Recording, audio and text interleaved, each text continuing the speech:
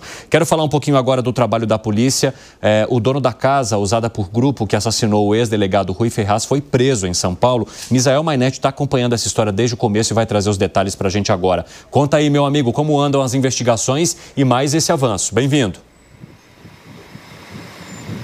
Sim, falamos ao vivo aqui do DHPP, que é a Polícia Civil em São Paulo. Muito boa tarde para você, para todo mundo que acompanha o 3 em 1. O William Silva se entregou nesse final de semana. Ele é dono de uma casa que fica na cidade de Praia Grande, na Baixada Santista, que é litoral de São Paulo. Nessa casa, a polícia suspeita que houve um encontro entre os criminosos antes da execução.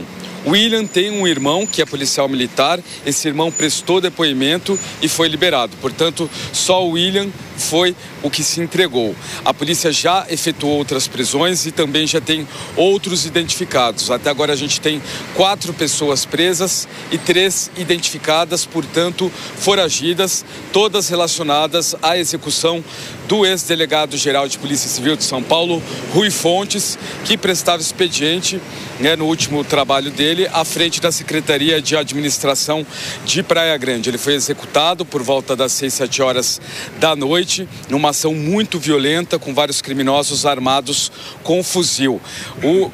O secretário de Segurança Pública de São Paulo, Guilherme Derrite, já deu a certeza em entrevistas à imprensa que o PCC tem a ver com este caso. Agora, a suspeita, que precisa, ou melhor, é preciso aí elucidar o caso para saber a motivação do crime. Se tem a ver com retaliação por conta do protagonismo de Rui Fontes frente ao combate ao PCC, ou se tem a ver com algum desafeto porque ele estava à frente dessa secretaria, a de administração da Prefeitura de Praia Grande. Fato é que o Ministério Público já havia mostrado em anos anteriores a infiltração da facção criminosa em prefeituras da Baixada Santista. Seguimos acompanhando a situação ao vivo aqui e a gente pode voltar a qualquer momento na programação da Jovem Pan. Muito obrigado pelas informações, viu, Misael Mainetti? Um abraço para você. Eu acho que o que mais revolta nesse caso, Alangani, é o fato de o Ministério Público Federal apontar agora que Rui Ferraz já estava na mira dos criminosos do PCC há um bom tempo, desde a atuação dele contra a facção lá atrás, anos atrás, quando ele ainda ocupava o cargo, mas que esses planos, eles se intensificaram, esses planos de perseguição e assassinato se intensificaram nos últimos anos nesse planejamento para uma emboscada que chegasse a esse resultado. E mais uma vez a gente tem uma figura relevante da segurança pública no país sendo simplesmente eliminada enquanto o crime organizado parece só aumentar. Evandro, eu lembro que em 2006, eu voltando de um trabalho que eu trabalhava ali na Bela Sintra com a Avenida Paulista, São Paulo parecia uma cidade sitiada, em guerra, você não tinha uma alma viva na rua, Foi quando o PCC ordenou todos aqueles ataques simultâneos na cidade de São Paulo. Um negócio aterrorizante. Veja, isso aconteceu em 2016. A gente está em 2025, praticamente 20 anos depois. E o que foi resolvido de lá para cá?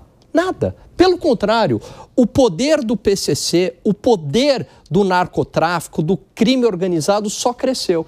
Então, é curioso como as autoridades aqui, o meio acadêmico também, a gente fica lá discutindo as causas da violência, são muito complexas, blá, blá, blá, blá, blá, blá, e pouca atitude prática. Enquanto isso, o PCC, o crime organizado, nada de braçada. E vai se infiltrando cada vez mais dentro do Estado, vai tendo a ousadia de praticar crimes cinematográficos, hollywoodianos, como foi esse crime agora, como foi aquele crime no aeroporto de Guarulhos, e vai chegar num determinado momento que talvez a gente vire um narco-estado, se é que já não somos um narco-estado, como é a Venezuela.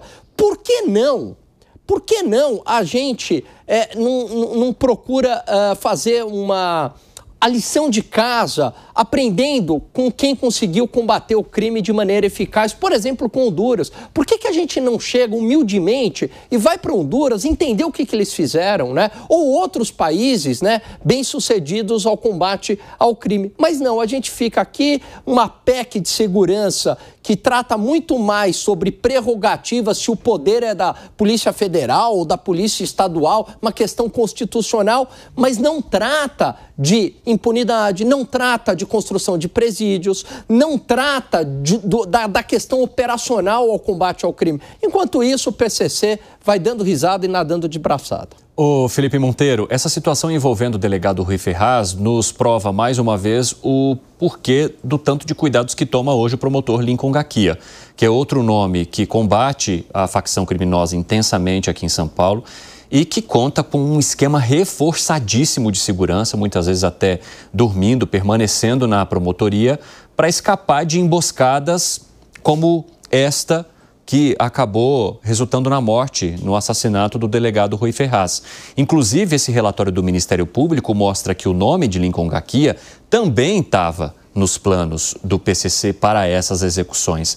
Agora, em que momento que o jogo vai virar? Em que momento em que a segurança pública vai ser a protagonista e não aquela que corre atrás de solucionar mais uma situação que coloca parte das autoridades de joelhos?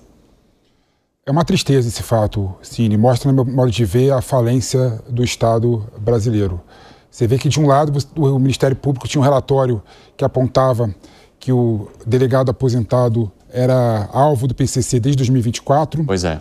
E você vê, por exemplo, que nada foi feito para garantir a segurança dele.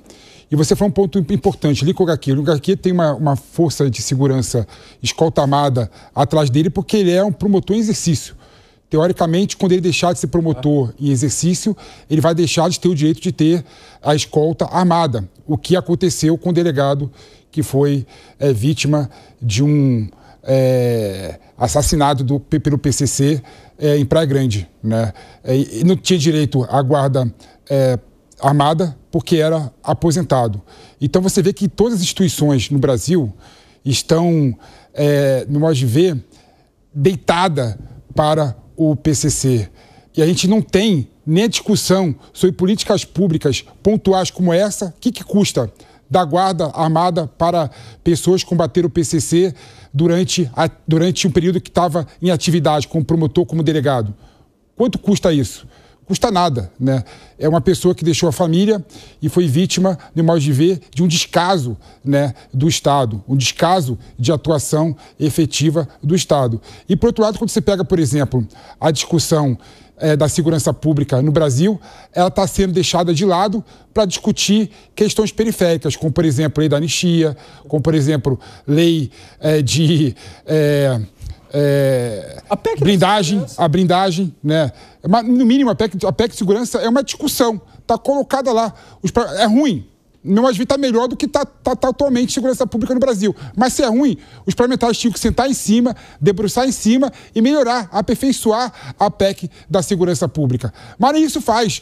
O nosso parlamento quer discutir assuntos periféricos, né? E aí o que acontece? PCC está cada vez mais forte e estamos cada vez sem ter nenhum tipo de instrumento contra o crime organizado no Brasil. Agora, 5h24, quem nos acompanha pela rádio, um rápido intervalo. Daqui a pouquinho vocês estão de volta. Nas outras plataformas seguimos e eu quero te ouvir, Bruno Musa. Pois essa é realmente uma situação muito complexa e triste que o Brasil está vivendo, né? E remonta desde 2006, quando a cidade parou.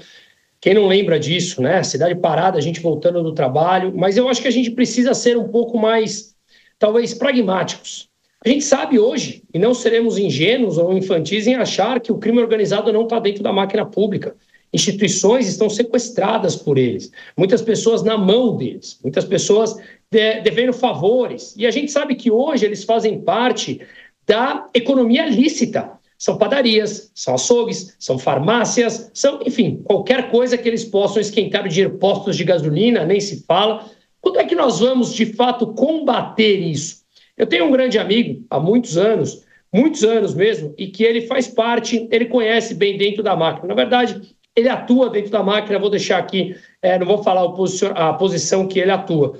E ele é do Rio de Janeiro, hoje não está morando no Brasil, mas ele fala, tá, missão oficial fora, e ele fala o seguinte, que ele precisaria, ou eles precisariam, todas as instituições armadas do Brasil, por volta de 6 meses para conseguir tomar o país de volta da mão do crime organizado. Musa. Só que para isso precisaria ter a mídia apoiando, a população apoiando e, obviamente, um judiciário que não solta as pessoas após colocar na cadeia. Então, eu acho que o debate ele pode ser mais simples e direto ao ponto. Sim. Se a gente ficar achando culpados além da máquina pública e além do próprio judiciário, eu acho que a gente não ataca a raiz e aí o problema não será solucionado.